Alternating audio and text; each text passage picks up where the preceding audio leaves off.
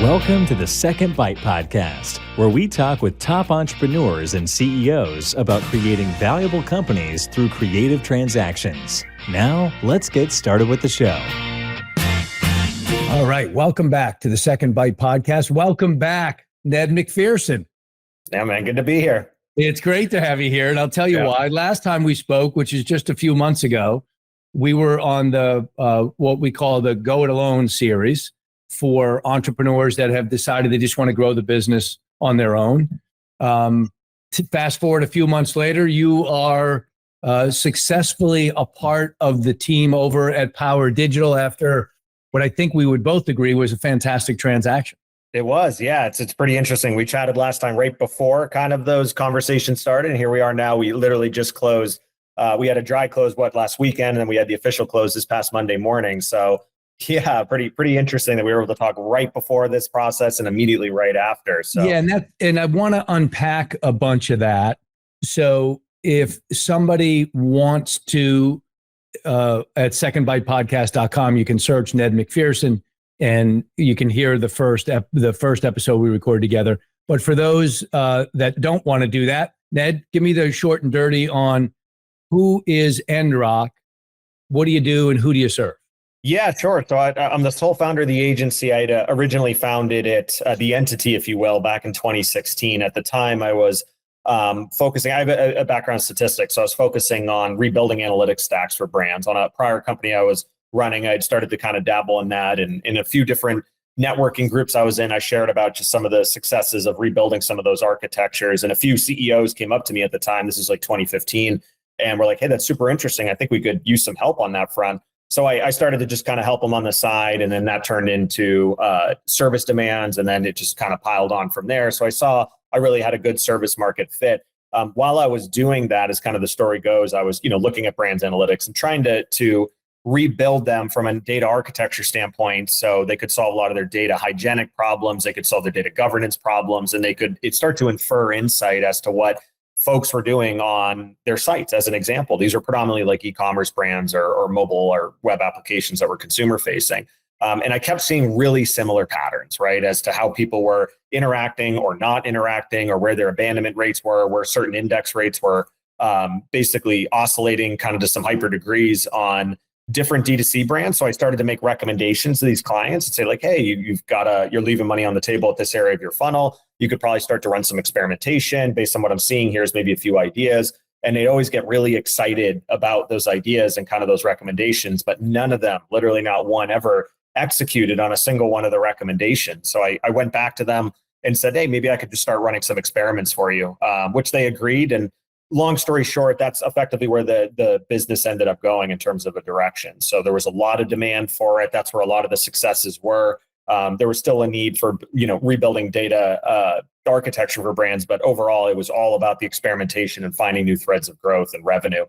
So I did it for several years just as a sole operator, honestly, just to really kind of sharpen my knife. Worked with a bunch of great brands as a freelancer, if you will. And then in 2019, the demand was really kind of the tail end of 2018 was just too big to manage it myself. So I made the commitment to start building an agency out at that point. So effectively, January of 2019 is when the agency, as you know, it really formed. And then as of up until, this past Monday morning, we were about 86-person team. At this point, about 116 clients.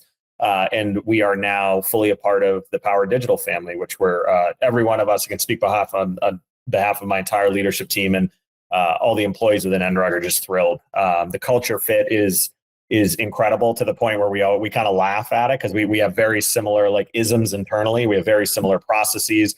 Even some of the nomenclature that we use in terms of how we identify internal structure turned out to be the same. Different pod structures, how we deal with like internal client-facing matters versus external. So I mean, it really could. I don't think you could have architected a better fit than the Endrock Power Digital combo now. So that's what we do. Yeah. Yeah, I would totally agree with that in terms of the fit. And I want to unpack a little bit the process of understanding that, because when we spoke the first time, we had kind of talked about, there's one of three paths for you. There's remain independent. And by the way, by definition, you were literally killing it, right? You would, I mean, we're coming to the end of 2023. By organically, you doubled the business this year, correct?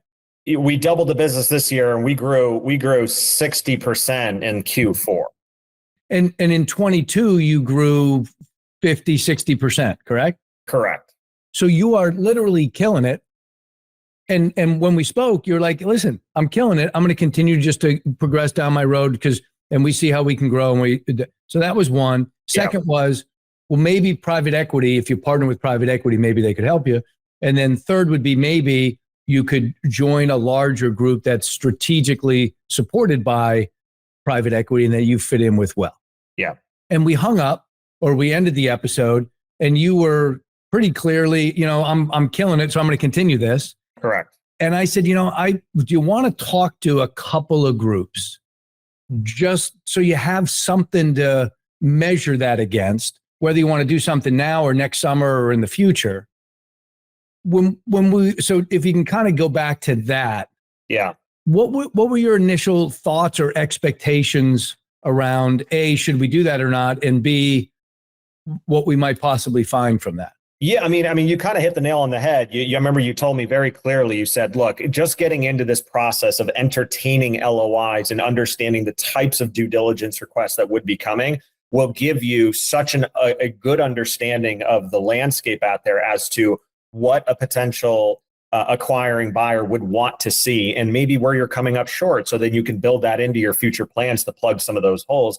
And that was super true. I mean, we spoke to a number of groups there. I think there was three who ended up putting, I believe, three who put firm LOIs in.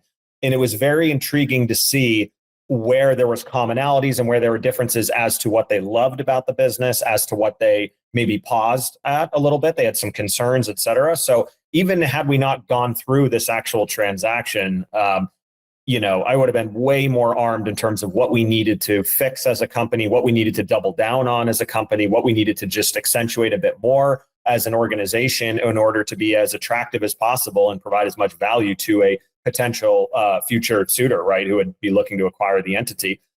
So yeah, I mean, to me, it was kind of like no harm, no foul. It'd be great. Let's just see what they have to say. And I really enjoyed the process, right? I mean, especially in the beginning there, everyone's really asking you questions, and yes, it's partly transactional, but a lot of it is almost fireside chat. Like, you've got founders of X agency, representatives from the private equity firms. And first and foremost, they just want to get to know you. And they're just like, what are you passionate about? Why are you driving the business like this direction? Where do you see you in the future? What do you love about the team? And it's a lot of just really enjoyable conversations. Then, of course, you start getting into some of the harder metrics, and they want to understand, how did you get to revenue growing at this rate? Why do you think it wouldn't grow faster or go slower or what have you? And you just have some really honest conversations, which is not that you asked this, but if I could make maybe my first recommendation to anyone watching who is entertaining the possibility of a potential acquisition, is be wildly transparent with everything. Wildly transparent, like just full open kimono, frankly, even right from the get-go. I know there's always some concerns there, like you don't want to show too much in the beginning before you've even officially signed an LOI. I found it was majorly to my benefit, right, by doing that. And that paid dividends all the way down the whole process, from pre-LOI into due diligence, QOE. And talk about some of the ways that it actually did that, Ned. Yeah, well, I was very transparent about where I felt we were short. I was transparent about the reliance of the business on myself and why I thought there was pros and cons to that. As an example, when we started talking before we even got into the LOI stages, and I would talk about my projections, and pretty much everybody kind of paused and said, that we're smiling, that sounds nice, but those are pretty aggressive projections. And I said, well, you tell me. Here's how I'm thinking about it. If I look at average growth trajectories over the previous Q4s over Q3s, 2022, 21, 20, and then I look at our rate year to date, and then you kind of create this projection module based on historicals and your most recent, this is what I'm looking at. And then you kind of back that up with your pipeline. And then they really helped me think through that. And most of it was like, it does look like you're going to hit those numbers. So, but it would have been very helpful at the time to get that feedback, versus had I done more black box, they likely would have put an offer that was not nearly as aggressive, because they would have been like, there's no way he's going to hit those numbers, right? And not only did we hit it, we exceeded those numbers. So like we did it. But to me, it's like, be super transparent, be open. And then of course, once you get through that LOI stage, you remember when I got that first due diligence list, literally, I think we got an LOI Thursday night. I believe we signed it Friday. We were really confident who we wanted to go with. And that I got that Friday afternoon, I think it was, I was flying back from one of my offices in Latin America, and I got the whole list from the buyer. There's probably initial 65 questions. And I spent the whole weekend on it. I put Loom videos together explaining everything. And it was like, here's the account access, here's credentials, whatever you need, totally open book. And it was interesting to see the buyer clearly was very comfortable to be like, this guy's not, perceivably holding anything back. You could immediately see it became a very comfortable negotiation, a very comfortable discussion. Obviously, they had to put a very aggressive offer on the table. And so I wanted to meet that as a good steward to the deal to say, like, well, look, I got nothing to hide. Here's everything. I am open book anytime, any day, whatever questions you have. If you identify anything that raises concern, let's run right at that. So again, kind of first question is, this process is so intense and it's so detailed. Any potential issue you have, and this is again speaking to a potential viewer, or concern that you have, there's no way you're going to mask it. There's no way you're going to hide it. There's no way you're going to get around it. So you're far better off running right at that issue right out of the gates and saying, just so you know, here's X, just so you know why, whatever. And you'd be surprised. You'll probably benefit from that candidness and transparencies. And it is so true. There's two things I would add there. Number one is if I'm aware of it when I approach the groups that we approach, we can sell right into that, right? I remember a couple of years ago, one of these trophies over my shoulder, their revenue retention was like mid 60%, which is not good at all. We went right at that when I sent out the deck to people. I said, here's good news. They have retention of 65%. Good news for two reasons. Number one, fixing retention is probably one of the easier fixes. Mm-hmm. You hire a couple, business success managers, you put them on that, you love your customers a lot, you'll improve that. Number two, if my guy would have done that a year ago, the cost of this business would have been dramatically more. Yeah. And you, Mr. Buyer, are going to look like a hero when you ratchet up EBITDA, revenue retention, and everything else just because you added a couple of people. You'll look great for that, right? Yeah. Yeah. So sharing all of that openly right up front allows us to position the business for what it is. And it also shows that I have a very self-aware entrepreneur. Yeah. I don't have a guy that doesn't have any competition. Nobody does it better. There's no flaw. That is not helpful from coming, as you said, open kimono to say, here's my strengths and weaknesses. Do you complement my weaknesses into my strengths? Help you accomplish your objectives. Yeah. Right? Yeah. And it's a great way to get to know each other well, too. It's like, let's talk about some of the difficult aspects, of what's going on with the company. And to me, it's not all that dissimilar to like a marriage or a relationship where it's like, let's run towards some challenges early on to see how we handle it. And if your potential, if you're acquiring an entity, right, if they're being evasive about things, or if your buyer, if you're the one getting acquired, is being particularly harsh on it, then maybe that's a good sign to get out of the way early as to your ability or inability to work through some of those things. And frankly, with Grayson and Power and the whole team and Ed and everybody from Court Square, it was just awesome. From the get-go, they were extremely understanding, and we recognized immediately any shortcomings of the business, and we also basically highlighted all the positives and started to come up with a game plan. Should we go through with the deal? Here's how we're going to rectify that solve. Here's how we're going to really put this on a pedestal to put some rocket fuel behind it. And it was just like, yes, that's exactly how this should go. So. And it also helps, we just got another group under LOI last week, and they're a very successful digital marketing shop. They don't have an outbound sales team. And so the focus, and we met with 5 groups that came to town for management presentations. And the question number one was, listen, we don't have an outbound sales group. We think that's a big opportunity. Tell me about your capability and experience building that with other groups. And it became the real focal point of who we wanted, because we got offers from all of them. Yeah. Who we wanted to partner with. Let me ask you this. So we got 3 LOIs. How helpful / important is it to get multiple data points around the value of the business and the structure of a deal in making an ultimate decision? Yeah, I mean, it's invaluable. I mean, obviously, because you have something to compare it to. I mean, yeah, I mean, like here's an example. Not to get into too much intimate details on the deal, but we're a 2 to 3 million EBITDA business, right? And we were under the impression, I should say, I was under the impression, just based on kind of the hearsay in the industry, that you're looking at a 5 to 6 times multiple. If you got something special about you, maybe a 7, right? But you generally need to probably be hitting those 5 million plus EBITDA marks where you start to encroach on 8. The offer from obviously our buyer came in, considerably higher than that, to the point where I'm like, they see the value. They see exactly what I talked about. They see the direction we're going in. They're buying the future state of what this company is, not on its trailing value, if you will. And some of the other LOIs didn't look at it like that. And not that it was purely a financial decision. Obviously, that was a huge driver, but it was more of the Power, who ended up buying us, saw the vision that I pitched them. And not only did they see it, I backed it up with numbers. And by the way, I pitched this in, August, right, is when we kind of did this. And we exceeded the numbers. Everybody kind of said, hey, there's no way. And I think one of the groups who sent an LOI to us that was a little bit lower made the comment. They were like, we just don't buy those projections. We beat those projections. So it's like, we did what we said we were going to do.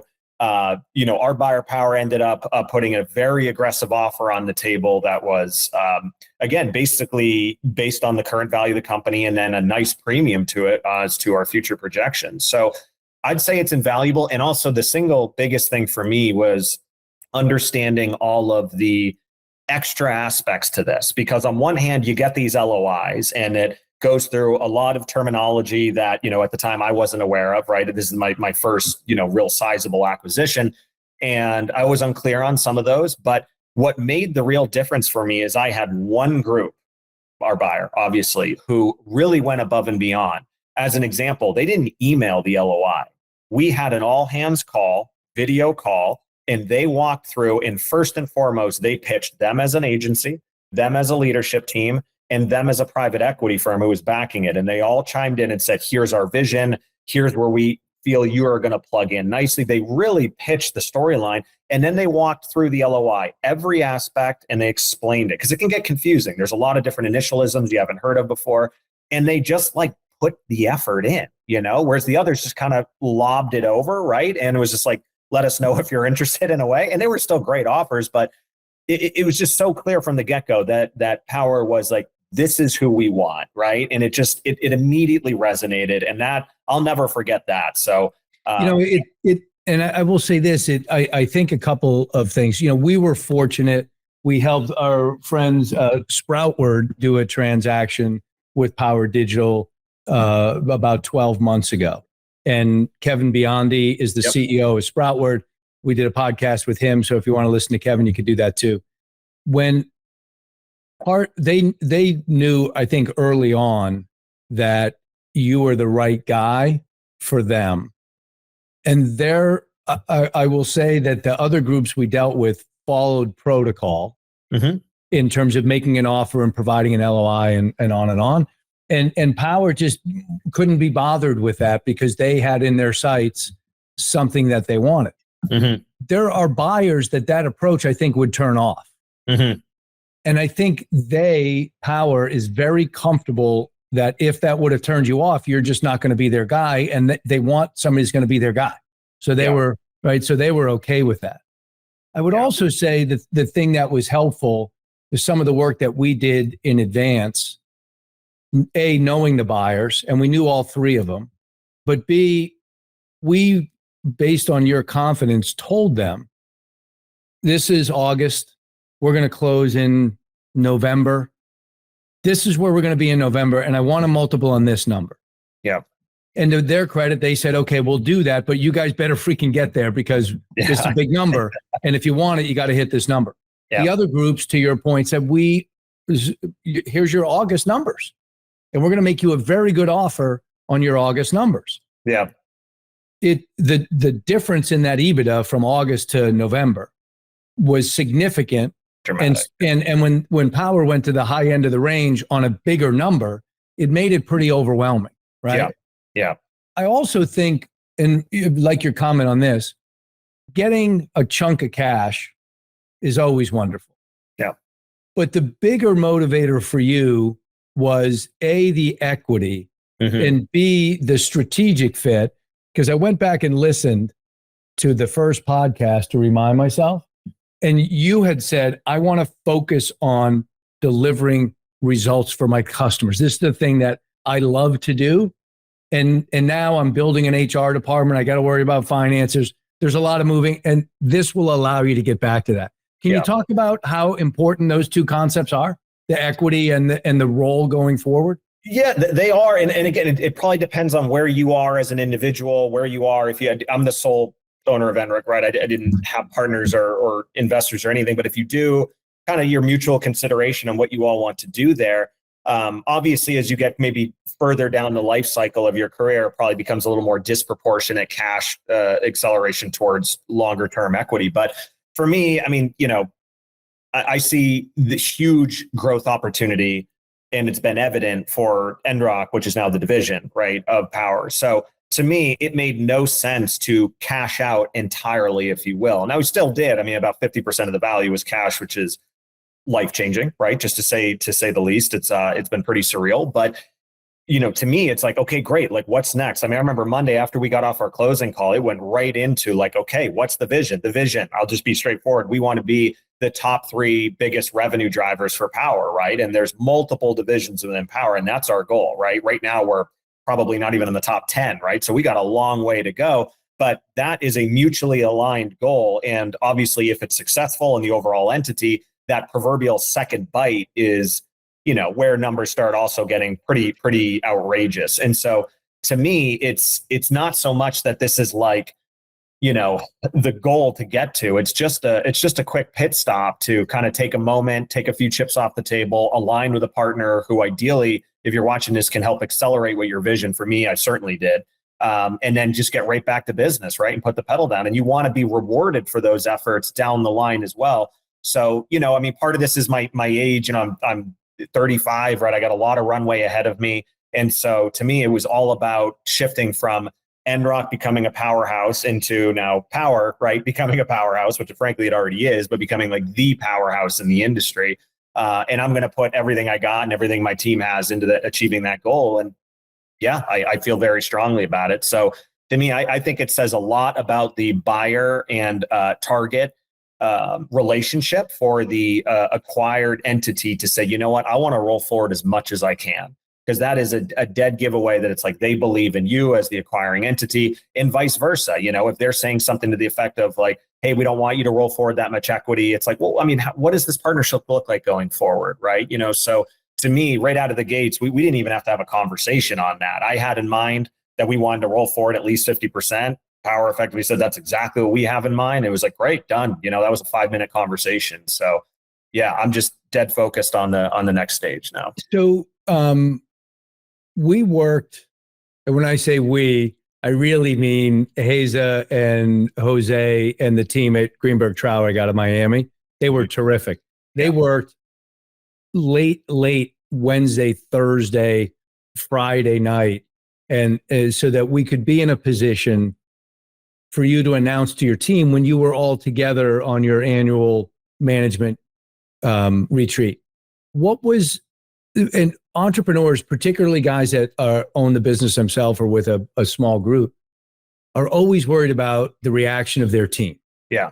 What was that like? Yeah. So I mean, Grayson really coached me on this. Grayson is the original founder of Power, so let me actually just take one step back. This was another interesting thing about the deal, by the way, is I really enjoyed my conversations with the other agencies we spoke to, especially the folks from the 2 other LOIs that came in, right? Just without, you can put the names out if you'd like to, but without, just to protect their privacy on it. I really enjoyed it. Really, really did. We had great conversations, definitely saw some alignment. Grayson immediately after our first conversation was like, what's your number? He's like, what's your number? I want to text you a couple things. Since that day, which was like call number 1, we've been, texting back and forth, talking strategy every couple days, right? And this was even pre-LOI. As we got into the LOI stage, I mean, he must have called, I don't know how many times he must have called me. And he's like, lean on me as a resource. I am your ally in this process. Everything from how you understand the different deal terms, how you're going to understand different tax implications, how you're going to handle with your team. So your alignment with who that key like POC and key driver is from the buying entity is critical. And in my case, Grace and I immediately had a great relationship. And so, and there was just a point underscore, there was a couple times on calls with legal and with Court Square, with their private equity group, where he said to his private equity group, I wouldn't sign something like that. I understand why Ned's pushing back. Oh yeah, totally. I mean, and we'll go into this point of everybody in this transaction across the board did exactly what they said they were going to do, like across the board, right? I mean, it was really a very enjoyable experience from that perspective. But to the previous point, he would help coach me through, like, here's how I would recommend, because he's already been through several of these, right? And he was like, here, not only as the buyer, but as the seller too as well, I think now twice, right? So he effectively had told me, like, here's who you should probably tell. Here's around when you should tell them. If these are the objections, here's how I would recommend handling it. And I would call them because some of my folks on my team were just immediately like, this is so exciting. This is what we've been working towards. Congratulations. We can't wait. Other people were on the other end of the spectrum. They were concerned about their future employment. They were concerned about what their comp packages look like, this, that, and the other thing. So I really leaned on him and the leadership team. Jeff, as an example, was super helpful with this as well to help guide me. Now the CEO of Endrock, right? To guide me as to what to say to whom and when, right? And so, frankly, that was a very smooth. Everything was copacetic there in terms of dealing with the team, and overall, everybody was up to speed. The leadership team was obviously knowledgeable of it weeks before everybody else. So, for clarity, Ned, just walk through the timetable, like who you told when in terms of how close to the actual deal transaction announcement. Yeah. So I had promoted Alex on my team to CEO conveniently in like the beginning of August. And these conversations really started to materialize like middle of August, right? So we signed the LOI I think it was the very beginning of September. And I told him that like immediately after, right? I mean, so I got him up to speed right away. So he was knowledgeable of the general deal points, who the acquiring entity was, and the general game plan from hour one. I then got the rest of the leadership team up to speed literally the next day, right? And so we all had a big trip coming up. I got them up to speed the next day. So they knew right from the get-go. I didn't want to, it was like, again, in the spirit of maximum transparency, which I cannot recommend enough to anyone looking to sell, be transparent with those who are key stakeholders in the company, let them know right away. Our next level of leadership in the company, we filled in about, I want to say it was about 3 weeks later, mainly because I wanted to start to get into the LOI process. Because on one hand, what you don't want to do, and I know like Kevin Biondi shared this example where they went through this, is you get everyone jacked up and hyped up, and then you start getting into the hairy parts of the deal, right? Where conversations adds a lot of pressure. And something falls apart, and then you got to backtrack, right? What you had said to your team, because that's not good for internal sentiment. So, ultimately we wanted to time it right. And I think we nailed it, right? Once we really were like, okay, we still feel great about this. We've had some hard conversations. We've had some great conversations. Everybody's still just as excited. And then we got the rest of the company up to speed probably about a month before close, right? So that would have been right around the very end of October, the very beginning of November. And you had, and I'd like to get a little commentary here because I think it's helpful. You gave out some nice bonuses for some of your team members. Yeah. And to put it in perspective, you had 2 or 3 or 4 team members that the bonus, I'm going to say, was it about half of their annual salary or a third of their annual salary? It was somewhere between half and a full annual salary. Yeah. And so just talk about the reaction you got from those folks and what level in the organization they are. Yeah. I mean, they're senior leadership, and like, look, I'm a loyalty guy, right? I mean, they've been through with it and through thick and thin with me. Like Alex, my CEO, as an example. I mean, he started with me as an unpaid intern 4 years ago, right? Unpaid. And he has a ton of qualifications. He was just gung ho from the start. He wanted to work in this industry, and he saw he had a lot of trust in what I was doing, right? And then he worked up into kind of a lower level position, wasn't there long, then moved into middle management, then got into a senior position, then like head of a department. And then obviously a couple quarters ago got promoted to the CEO position. So it's like, you got to reward that, I mean, that type of loyalty. And like we've, like any other company, we've had a ton of trial and tribulation, right? We've had a lot of success. Obviously we grew really fast, but I mean, and some of these folks, on my team just put in insane, to the point where I would question sometime to be like, I don't know if I, didn't have guaranteed equity in a company, I would put that level of effort in. Sure. Right. I mean, I move hard, but like that was really impressive. And you got to reward that, So the reaction was obviously as you would expect. I was surprised. They were all like, you didn't have to do this. I was like, really? I felt like I definitely did, but I was super excited. Also, that was probably one of the only big points that we pushed back on in terms of the LOI, if you remember, is everything that was coming my way personally was like, great, this is a great offer, love it. The only real pushback we had was we wanted more for the team.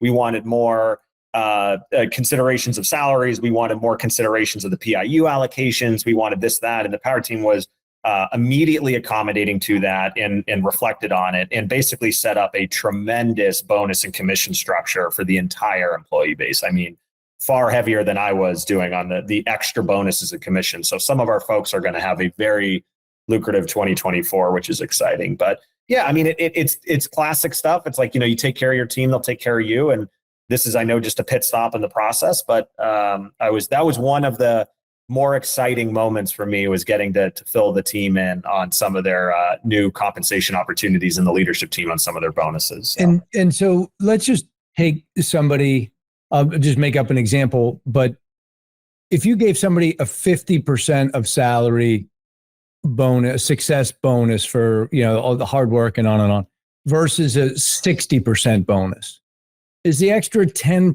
or 15% or is that important, the dollar amount, or is it the sentiment, or is it a combination of the two? Yeah, I don't see. They weren't expecting it. So they had already been presented their comp packages by Power and such, and as to the opportunity they and the existing employee base could make in terms of all of the extras, the commissions, the bonuses, the PIUs, what have you. So they were already feeling great about it. I don't think they would have split hairs. I mean, based on the reactions I got, I think they were all pretty impressed with it. I didn't honestly have a number to it. I just kind of went through and looked at each of them individually and thought through. I know a lot about. We're really close, right? I know a lot about their personal situations and their families and this and that. And I picked numbers that I thought would be life-changing for them, right? That would give them that extra buffer based on where they are and really make a major difference. And I had, through conversations, understood a few numbers that I had in mind. And I think I did it well based on the reactions and what they said to me. So I wouldn't say there's an exact number in there. And it probably depends on seniority and tenure and, and what have you, to anyone who's listening, if they're going to consider doing the same. But yeah, I mean, you kind of just put yourself in their shoes and try to determine like what would be an amount that would make you, just make a real difference. Right. Let me ask to wind us down a little bit. So the private equity group here is a group called Court Square, and specifically, Brian Schmidt and Ed Crotty were the lead partners that we worked with. And Court Square is a $3 billion fund out of Manhattan. They're smart, they're big, they're everything you would expect about private equity, including being intimidating, right? They're intimidating because we do this all the time. They know all the language, they know, and yet at least our experience, and I'll shout out to both Ed and Brian, these are guys that are interested in building a business, and they don't have any objective of intimidating somebody. They want you, eyes open, to be excited about participating with their portfolio company. Yeah. Can you just talk about because would you have any commentary for guys that say, secretly I'm intimidated by private equity. They know a lot more than I do, and I think they're going to take advantage of it. Yeah, so a few things there. I mean, one is again, going back to it, Ed, Brian, the entire Court Square team did exactly what they said they were going to do, right? At no point was I left being like, you said this, and that's not what's happening. It was never like that. At the same time, you have to go into this, right, with a degree of, I would say, being humble and being kind of a servant to the process and being coachable. There's a bad rap out there that like PE is vicious and it's always just looking to cram you down and to cut you wherever you can.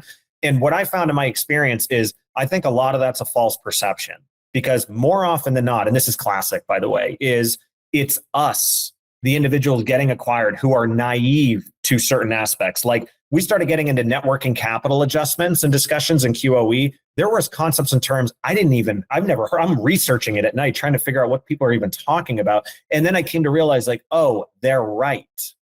my company does have a little dent there, or it is more valuable there. This isn't like a perception thing. Like per the mechanics of valuation, they're right. So I think more often than not, PE gets a bad rap because they go to acquire an entity or a group of entities, whatever. And when you start going through the process and actually learn the real mechanics on how you value a brand and where you have to take certain things out and make concessions and this and that, and that's like par for the course. That's how it works. And I think a lot of people aren't willing to learn that, and therefore they get defensive and feel like they're getting, bulldozed over. And a lot of times it's like, this is the product you brought to market. Like, you came with too much indebtedness. Like they're gonna cut you down. Like it is what it is, and you can kind of kick and fight all you want. But I had a lot of calls with Ed, and he was awesome. I mean, he was so patient with me and would explain, here's what this means. Here's why it is. And we talk through it sometimes redundantly, right? Trying for me to figure it out. And at no point did I walk away just being like, that's BS. It was like, there was a couple times where I had to take some concessions. And of course I was disappointed, but it was true. Like that's how it works. You know what I mean? So it all made perfect sense to me. They can be intimidating, but again, the thing I would say is to those watching is more often than not, it's probably, and take this lightly, just due to your ignorance, not necessarily that they're trying to get one over on you. Of course, you got to watch out, right? And in any deal or circumstance, there's a natural risk associated with it. But again, going back to that same point, Ed got on the line with Grayson and Brian, et cetera, and on video, right? This isn't like a pre-recording or anything. They pitched me the offer. And from the very first day, I mean, Ed, I don't think missed one phone call I made at even ridiculous hours. He was always available, answered every question.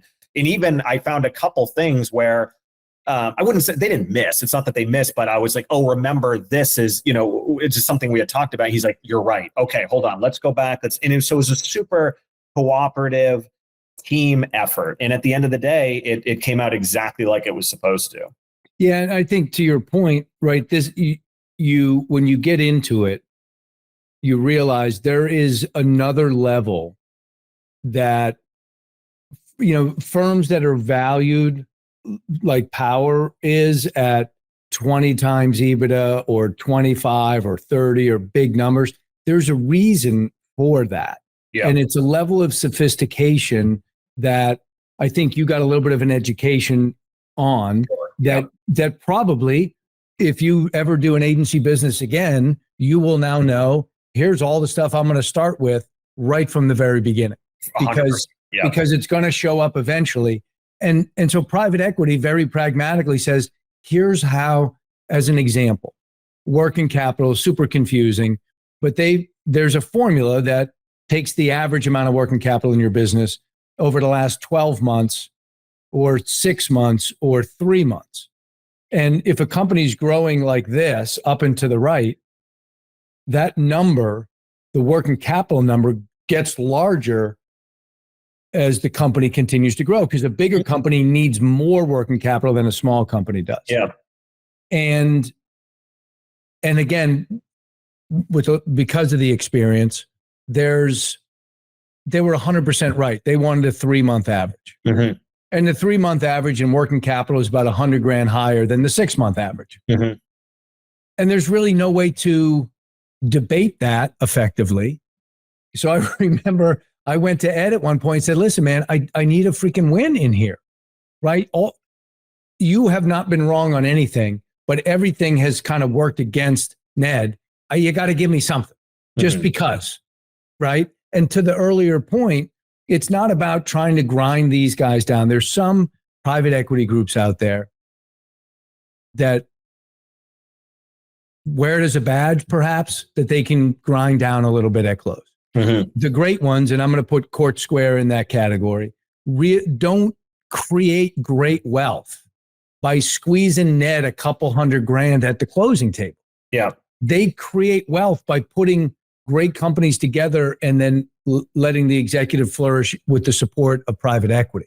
Yeah. That's how they get wealthy, right? Yeah. And so you get good transactions at the end of the day based on, in this particular case, my experience knowing a group like Court Square, trusting in a guy like Grayson LaFrenz and his team. And when you see it all come together and the match that you've connected to with Power, it's exciting, it's rewarding, it's fun. And I think, quite frankly, the greatest days for Endrock are 24, 25, 26, right? It's going to be a lot of fun. Yeah, agreed. Last question, then I'll let you go. And this has been a great episode. I ask guys a lot, from my perspective, you're super successful, right? You've built this agency. You've got other entrepreneurial endeavors. You're successful in your personal life and everything else. Is there something that you could point to, whether it's a book or a person or an experience, that maybe has had an outsized impact in where you're at today in your career? Geez. I mean, to me, it's two, and we may have touched on this one before, but two specific. I don't want to use the word mentor. They weren't mentors, but just people in business that I watched very carefully who were doing and having what I was trying to get to, and two very different times of my life and industry. And I remember one of them shortly after college, I was mentoring under. It was a totally different industry and business I was involved with, and the top performers in that company had. I was just a young kid. I was effectively like an intern, and they allowed me to shadow them for a good part of the summer. And I remember one of them, he had gone to some meeting or whatever, and he had his like notebook on the table or this and that, and he had left it open, and that's where he had all his meeting schedule and all his planners and his notes. And it's like, you looked at this thing and it was like hieroglyphics. You couldn't fit another more. You couldn't fit another letter on the page. It was maxed out, and he had carved into the top of it, work harder. And I was just like, wow, like, because this was already on a level of work ethic that was inconceivable to me. So to see him hold himself to a standard that was above that, way above that, it was one of those, like, I can't even imagine what that's like. So that was a real. Do you remember his name, Ned? Yeah, his name's Mike Mazur. Yeah. So he's been a longtime friend of mine and just a great ally to everything that I've done. But I remember looking at that and being like, that was a very sobering moment to be like, got it. So to kind of get into those larger numbers, it takes this, and you hear about it a lot, but it just sounds cliche, but it's true. I mean, it takes this sick level work ethic, right? Yeah. So that was a big one. And the other one was, frankly, I had a client still to this day, my most difficult client I've ever dealt with. If he's watching this, he'd probably laugh at it. But this was kind of from the 2017 to 2020 range before they ended up selling the company. The CEO is a guy named David. He's based out of here in Miami. And this was back when I was kind of a single man shop, right? And so I would go into the office, this and that. So I was almost like a borderline employee. And he was on one hand, one of the most difficult people I had to work with in terms of the demand and the standard he had. I mean, he would text you at like 6:30 in the morning or email you like 6:30 in the morning with a question. And if you hadn't answered by like 6:40, you were getting like texts with question marks. And it was just, I was like, again, it was one of those, for me, almost inconceivable work ethics. And I'm like, okay, but this guy by mid to late 30s had built and exited like 4 companies that all went for, I don't know the numbers, but at least, deca millions, every single one of them. So, and they were all in different industries. So this wasn't like a one-hit wonder. He had done it multiple times over and had a family of like 4 or 5 kids. Right. And he's very religious at the same time. So he's super dedicated to his religious. So I'm like, he's already on the extracurriculars and the family side doing, way more than I am. And he's running circles around me on the work. And it reset the baseline for me to be like, that's what it takes. And so it just turned into so less a book, more of just experiences there. But I mean, if it's those are great references. And I will say, during our process, Power's out in San Diego, we had a couple 10 a.m. Eastern phone calls. Oh yeah. Yeah. And Grayson was on, and Grayson sold, I mean, that was a multi-$100 million transaction to Court Square. Yeah.